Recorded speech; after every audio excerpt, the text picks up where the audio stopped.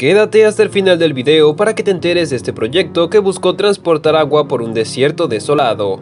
Pero antes de empezar, viajeros, nosotros te invitamos a que te suscribas para que no te pierdas del contenido que tenemos para ti. De otra manera te estarías perdiendo de todo el contenido que podemos ofrecerte cada semana. Dicho esto, empecemos. En Libia hay escasez de agua. Una parte de los países africanos siempre tienen este problema como el principal de los obstáculos del crecimiento de la región. El clima árido tampoco ayuda y la desigualdad de la distribución del agua al año hace que esta nación se convierta en una de las más afectadas del mundo por la escasez del precioso mineral. Sin embargo, aunque los registros de agua dulce del mundo solo ascienden al 3%, bajo este desierto asolador existe una fuente abundante de agua que puede mantener a la población durante 4800 años. Entonces, ¿por qué no hay agua en Libia si estas cantidades de agua se ven representadas en los descubrimientos? Primero, se quería extraer petróleo de los suelos áridos del Sahara, pero descubrieron agua, lo que representó un mayor logro. Para la década de 1989, Gaddafi tuvo una idea: hacer el río artificial más grande del mundo y llevar a la ciudad capital del país el agua a través del desierto, como un río natural. El proyecto era monstruosamente gigante tras el descubrimiento de estos pozos. Gaddafi comenzó a traer gente de otros países a Libia para concretar su proyecto, incluido a los estadounidenses, para que apoyaran a la construcción de este enorme río que iba a surtir de agua no solo a la ciudad capital, sino a varias ciudades del país, e incluso el sistema de riego agrícola de todo el país. Estas ambiciones estaban claramente representadas como una forma de dejar la dependencia de los extranjeros en cuanto a agricultura y a su vez convertirse en el país número 1 de África en exportación de trigo, cítricos y arroz. Este ambicioso proyecto de hacer un río artificial, por descabellado que sonase, estaba realmente ligado a la población en general. La construcción empezó ese mismo año, reuniendo gente de Corea, Inglaterra y trabajadores japoneses, los cuales se encargarían de hacer realidad aquella visión enorme. En teoría, el río iba a tener una longitud de 4 metros de ancho, lo que significa el tamaño de un túnel común, y la enorme extensión que recorrería era la cantidad de 3200 kilómetros. Esto redondeando algunos lugares donde el tramo ascendía, pero no lo era todo. La construcción no empezó como comúnmente se haría en cualquier otro territorio.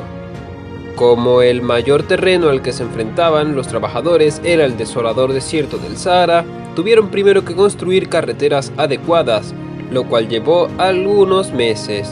Estas carreteras fueron diseñadas con el objetivo de transportar los cilindros de cemento sólido y metal. Estos cilindros de 4 metros hechos de cemento y enormes planchas de metal, los cuales fueron hechos en la misma Libia, iban a permitir al agua fluir. Esto iba enterrado en el desierto a una profundidad de 6 metros, por lo cual esa brecha fue abierta con enormes excavadoras.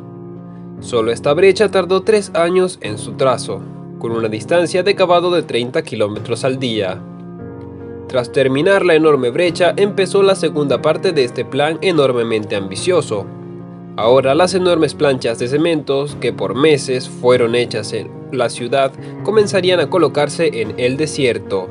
El costo de la primera fase del proyecto, sin abarcar la segunda, era de 5.000 millones de dólares, lo cual para Libia era un problema económico, pero que resolvió con rapidez y consiguió ejecutar. En la segunda etapa, los cilindros de metal usados como canal llegaron a Trípolis, la capital de Libia y la mayor zona residencial, la cual tiene a unas 4 millones de personas residiendo en sus calles. Con esto, la ciudad estaría abastecida de 1 millón de metros cúbicos de agua al día, lo que era suficiente para abastecer las necesidades de su pueblo. La segunda fase era pasar este mismo canal hacia las ciudades más alejadas del país, a aquellas que eran más dañadas por la frontera y el clima sofocante.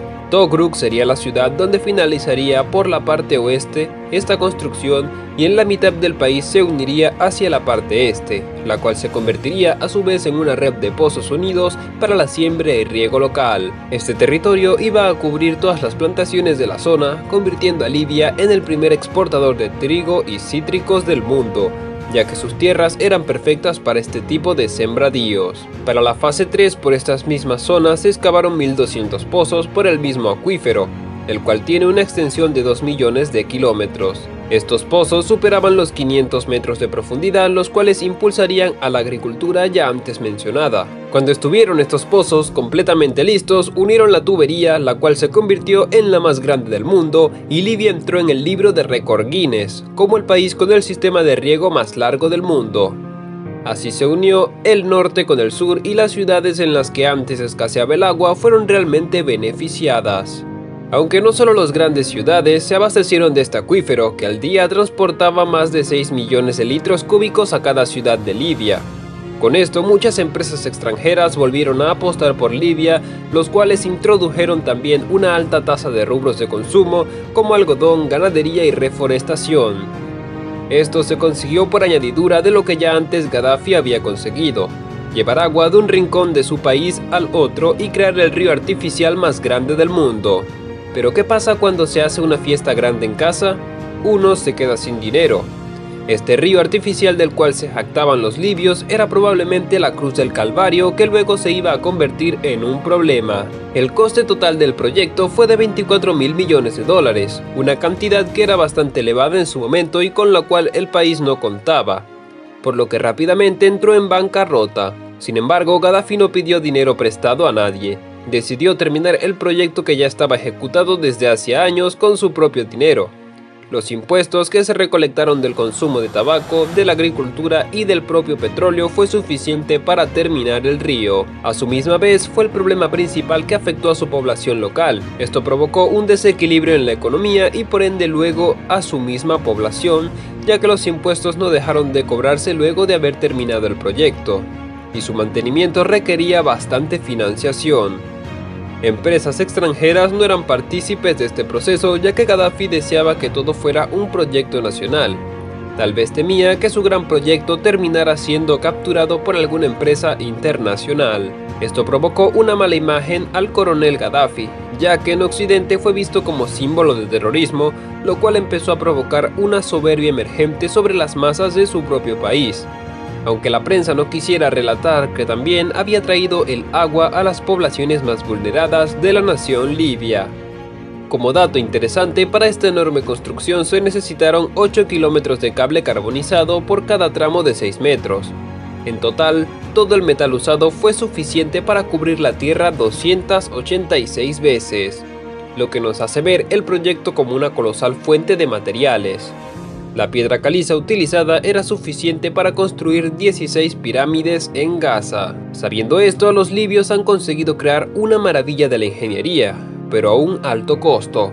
Luego de haber entrado en la segunda fase, el proyecto quedó estancado solo llegando a la capital, porque las intervenciones extranjeras buscaron crear una intriga en la población y consiguieron que la población se alzara contra su líder.